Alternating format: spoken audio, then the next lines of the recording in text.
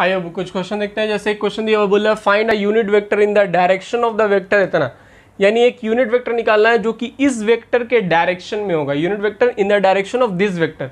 Basically मैंने आपको unit vector निकालने का फॉर्मूला बताया है, ए वेक्टर ए बटा मैग्नीट्यूड ए, वही काम करना है। सिंपल यहाँ पे दिया हुआ वेक्टर ए, तो आपके पास क्या है, आपको सिंपल सॉल्यूशन में जाएंगे। हम सबसे पहले मैग्नीट्यूड ऑफ ए निकाल लेंगे, ठीक है। मैग्नीट्यूड क्या आएगा, √3 का स्क्वायर प्लस -2 का स्क्वायर प्लस 6 का स्क्वायर। निकाल के देखिए, 9 + 4 + 36 यानी 36 × 4 = 40, 49 यानी 7 आ गया, मैग्नीट्यूड आ गया। हमको निकालना है यूनिट वेक्टर ऑफ ए, ये होता है वेक्टर ए बटा मैग्नीट्यूड ऑफ वेक्टर ए, या बताया मेरा फॉर्मूला आपको। तो यूनिट वेक्टर ए का इस डायरेक्शन में, तो वेक्टर ए क्या है तुम्हारे पास 3i - 2j + 6k divided by कितना 7, यानी यूनिट वेक्टर ए जो है वो 3/7i - 2/7j + 6/7k, ये मेरा आंसर हो गया, ठीक है। तो इस तरह से बेसिकली यूनिट वेक्टर निकालते हैं। ये 1 नंबर के ऑब्जेक्टिव क्वेश्चंस में मस्ट आएगा बाबू एग्जाम में, ठीक है। छाप लीजिए बढ़िया से, फिर बात करते हैं आगे।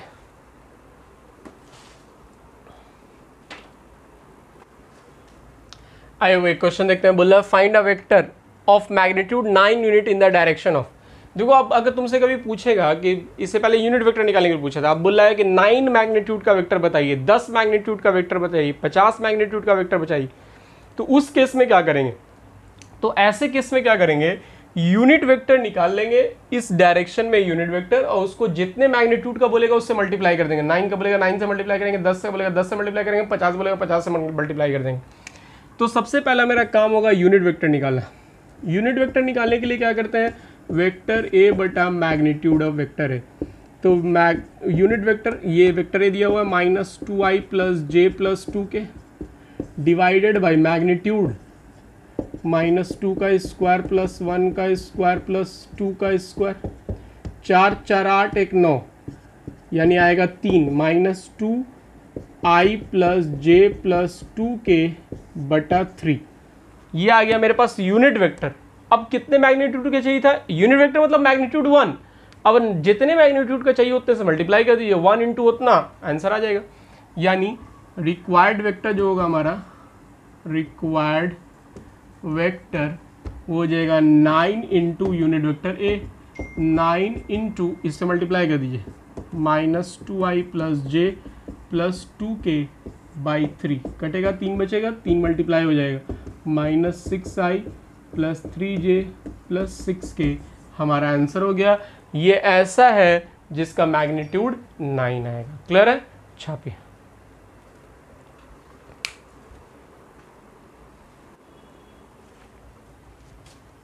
आइए अब एक क्वेश्चन देखते हैं। बोल रहा है find the direction ratios and direction cosine of the vector joining the points, यानी डायरेक्शन रेशियो डायरेक्शन कोसाइन निकाला है इन ज्वाइनिंग पॉइंट्स का। तो सबसे पहले तो वेक्टर पता करना होगा, क्योंकि इन दोनों पॉइंट से वेक्टर बोल रहा है। तो मैंने आपको बताया था कि अगर ए बी 2 पॉइंट दिया हुआ तो वेक्टर कैसे निकालते हैं, position vector of B minus position vector of a करते हैं ना। तो ए और बी के पोजीशन वेक्टर को इस तरह से माइनस करते हैं, कैपिटल बी लिख लीजिए, कैपिटल ए लिख लीजिए। तो बी का ये है 3 - 2i + 5 - 1 j + -4 + +2k, यानी आपका जो ए बी वेक्टर है बाबू वो क्या आ गया, i + 4j - 2k, यह आ गया वेक्टर ए बी। अब वेक्टर ए बी निकल गया है, अब इसका डायरेक्शन रेशियो डायरेक्शन कोसाइन निकालना है। तो इसका डायरेक्शन रेशियो क्या होगा बच्चा, डायरेक्शन रेशियो जो होगा इसका वो होगा 1 4 - 2। डायरेक्शन रेशियो क्या होगा, 1 4 - 2, डायरेक्ट 1 4 - 2 लिख देंगे। अब निकालते हैं डायरेक्शन कोसाइन। सबसे पहले निकालेंगे एल। एल बराबर क्या होगा, 1/√1 का स्क्वायर प्लस 4 का स्क्वायर प्लस -2 का स्क्वायर, यानी क्या आएगा, एल बराबर 1/√16, 4 20 और 1 21, कितना आएगा 16, 4 का 16 और 4 का 16 हो गया, 2 का 4, 4 16 4 20 1 21, √21। एल आ गया √21। तो एम क्या आएगा जी, 4/√21 और एन क्या आएगा -2/√21। ये हो गया डायरेक्शन रेशियो और ये हो गया डायरेक्शन कोसाइन। क्लियर है? छापिए और बात करते हैं।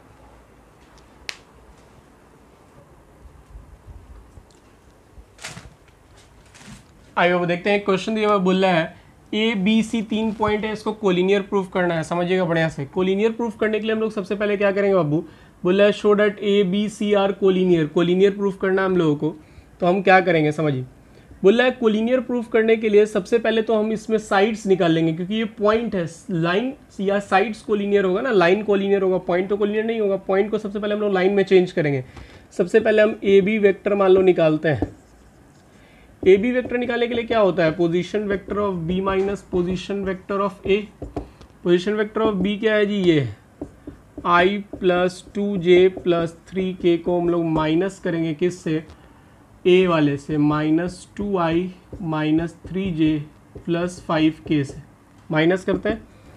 ये 1 है, 1 माइनस माइनस प्लस 2, 2 प्लस 1 कितना हो गया 3i, 2 माइनस 3 यानी माइनस j, 3 माइनस 5 यानी माइनस 2k। ये आ गया बच्चा मेरे पास ए बी निकल गया। अब निकालते हैं हम लोग बी सी निकालिए।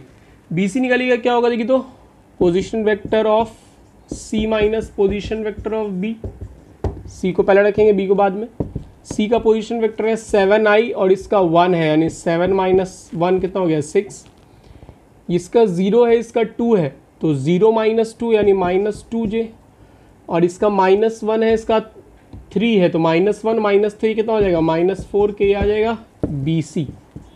देखो ये जो बी सी आया है तुम्हारा, इसमें से जब तुम 2 कॉमन निकालोगे तो ये आ जाएगा 3i minus j minus 2k, जो कि ए बी के बराबर है। यार B C is equal to 2ab। और जब ऐसा रिलेशन आता है, यानी कोई भी एक वेक्टर लैम्डा इंटू दूसरे वेक्टर के बराबर होता है, डैट मीन्स ये दोनों वेक्टर पैरेलल है, और पैरेलल है तो कोलिनियर होगा। तो लिखेंगे यहाँ पे लिखेंगे कि B C is vector B C is parallel to vector A B, और बी पॉइंट दोनों में कॉमन है, and having common point B, so A B C are collinear. इसलिए ए बी सी क्या है बाबू, कोलिनियर है। समझ में आ रही बात? छापी।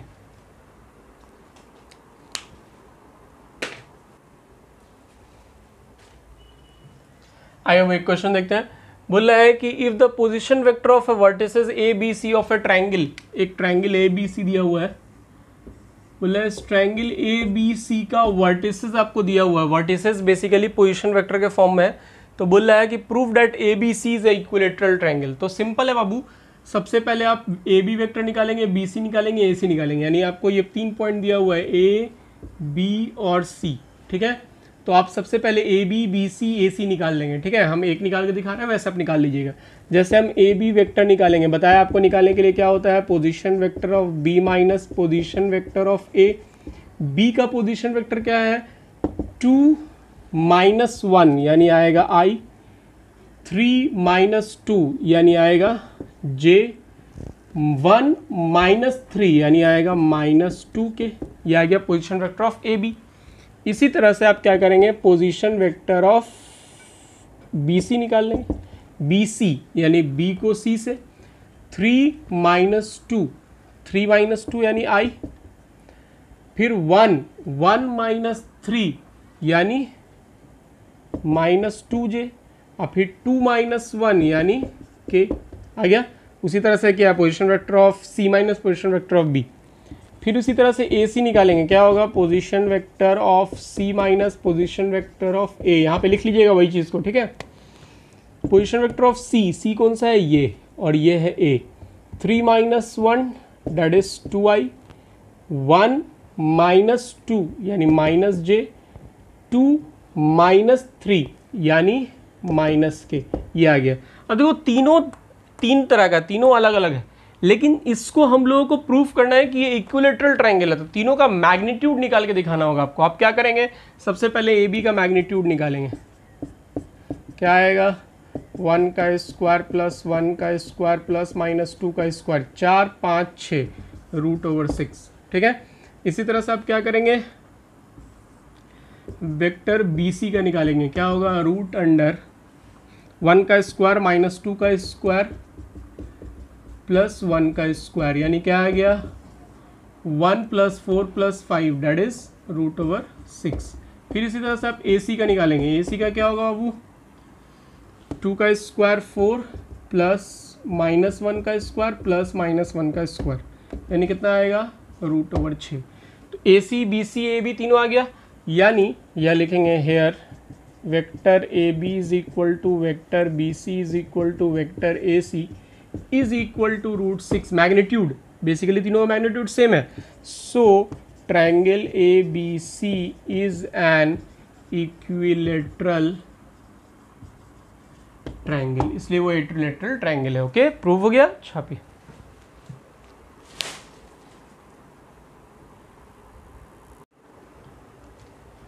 आयो बेसिक वेक्टर में ही हम लोगों को पढ़ना है सेक्शन फॉर्मूला। जैसे कोऑर्डिनेट में सेक्शन फॉर्मूला होता है उसी तरह से सेक्शन फॉर्मूला यहाँ भी होता है। बोलता है कि एक लाइन है तुम्हारा AB, कोई लाइन है, इसको ये दिया हुआ है कि ये m/n में डिवाइड कर रहा है, एक लाइन AB को m/n में डिवाइड कर रहा है, और ये जो तुम्हारा ये मान लो ओरिजिन है, ये जो तुम्हारा है ये वेक्टर A है और ये वेक्टर तुम्हारा B है, ठीक है। पॉइंट A के लिए वेक्टर A, पॉइंट B के लिए वेक्टर B।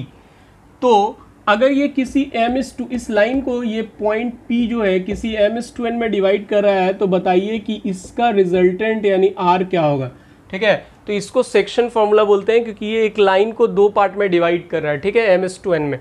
तो इसका जो फॉर्मूला होता है वो R निकालने का, ठीक है। अगर इंटरनली बाइसेक्ट करेगा तो अलग होगा, एक्सटर्नली बाइसेक्ट करेगा तो अलग होगा। हम सबसे पहले बात करें इंटरनली बाइसेक्ट की। इंटरनली बाइसेक्ट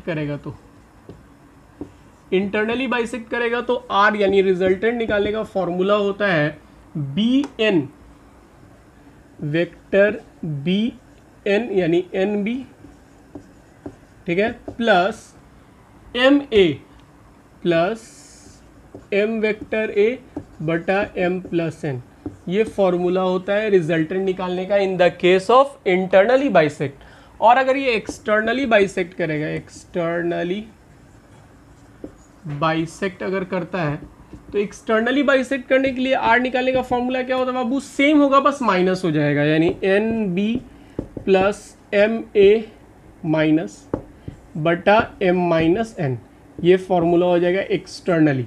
और अगर ये m/n इफ यानी मिड पॉइंट अगर दिया हुआ यानी m/n जो है वो 1:1 है, सेम है, यानी इक्वल पार्ट में डिवाइड कर रहा है, इन दैट केस R निकालने का फॉर्मूला सिंपल होता है A + B/2। क्या होता है, A + B/2, यानी रिजल्टेंट का वेक्टर निकालना है आपको, ठीक है। रिजल्टेंट का पोजीशन वेक्टर निकालने के लिए इस फॉर्मूले का इस्तेमाल करते हैं। अगर मिड पॉइंट है इस फॉर्मूले का इस्तेमाल कर रहे हैं, अगर इंटरनली बाइसेक्ट कर रहा है, और अगर कहीं पे इस लाइन को प्रोड्यूस करने बाहर में बाइसेक्ट करता है तो इसमें माइनस का इस्तेमाल करते हैं। क्लियर है, छापिए, एक क्वेश्चन करते हैं।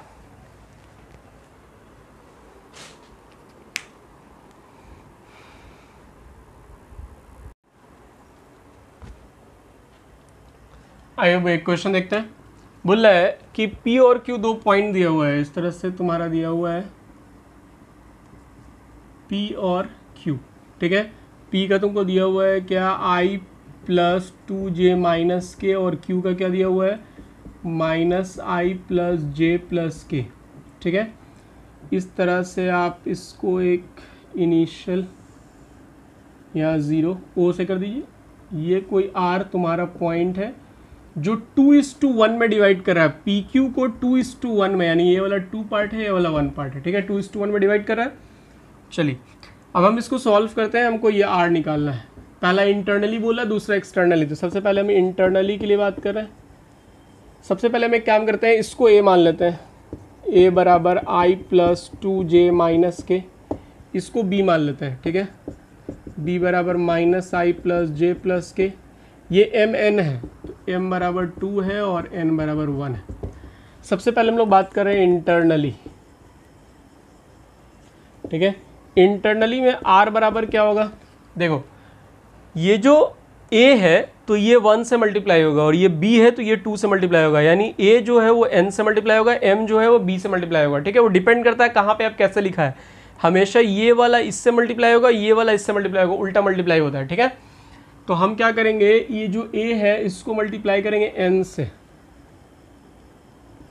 N a plus m b बटा m प्लस n, यानी r बराबर n कितना है जी, n क्या था, n था 1 इंटू ए क्या है i प्लस 2j माइनस के प्लस m क्या है 2, मल्टीप्लाई किससे होगा b से, b क्या है minus i plus j plus k divided by m plus n, मतलब 1 प्लस 2 सॉरी 2 प्लस 1, यानी r बराबर क्या आ गया बाबू, ये तो वही रह जाएगा i प्लस 2j माइनस के, ये हो जाएगा माइनस 2i, ठीक है, प्लस 2j प्लस 2k बटा 3। ठीक, तो r बराबर क्या आ गया, i माइनस 2 यानी माइनस i, 2 प्लस 2 यानी 4j माइनस, और ये माइनस और यहाँ पे क्या हो जाएगा माइनस 1 माइनस 2 यानी प्लस के बटा 3। ये आ गया तुम्हारा वेक्टर r, यानी वेक्टर r बराबर हो गया minus 1/3i plus 4/3j plus 1/3k। ये मेरा आंसर हो गया। ठीक है, और जब ये एक्सटर्नली की बात करेगा, दूसरा एक्सटर्नली सब कुछ सेम होगा, बस बीच में माइनस का साइन हो जाएगा, यानी होगा r बराबर na माइनस एम बी बटा m माइनस n। ठीक है, na, चलिए na निकालिए, n ये मतलब यही रहेगा 1 इंटू आई प्लस 2j माइनस के minus 2 into minus I plus J plus k divided by 2 minus 1, यानी क्या आ जाएगा बाबू, यहाँ से आएगा i प्लस 2j माइनस के minus minus plus 2i minus 2j minus 2k, नीचे तो 2 माइनस 1 1 हो जाएगा, i और ये 3i, 2j कट गया, माइनस माइनस 3k। ये तुम्हारा आंसर हो गया एक्सटर्नली के केस में, और ये आंसर हो गया इंटरनली के केस में। ओके, छापिए। This is your homework, so complete कर लेना होमवर्क को। ठीक है, मिलते हैं नेक्स्ट क्लास में बच्चा, तब तक के लिए टेक केयर, गुड बाय।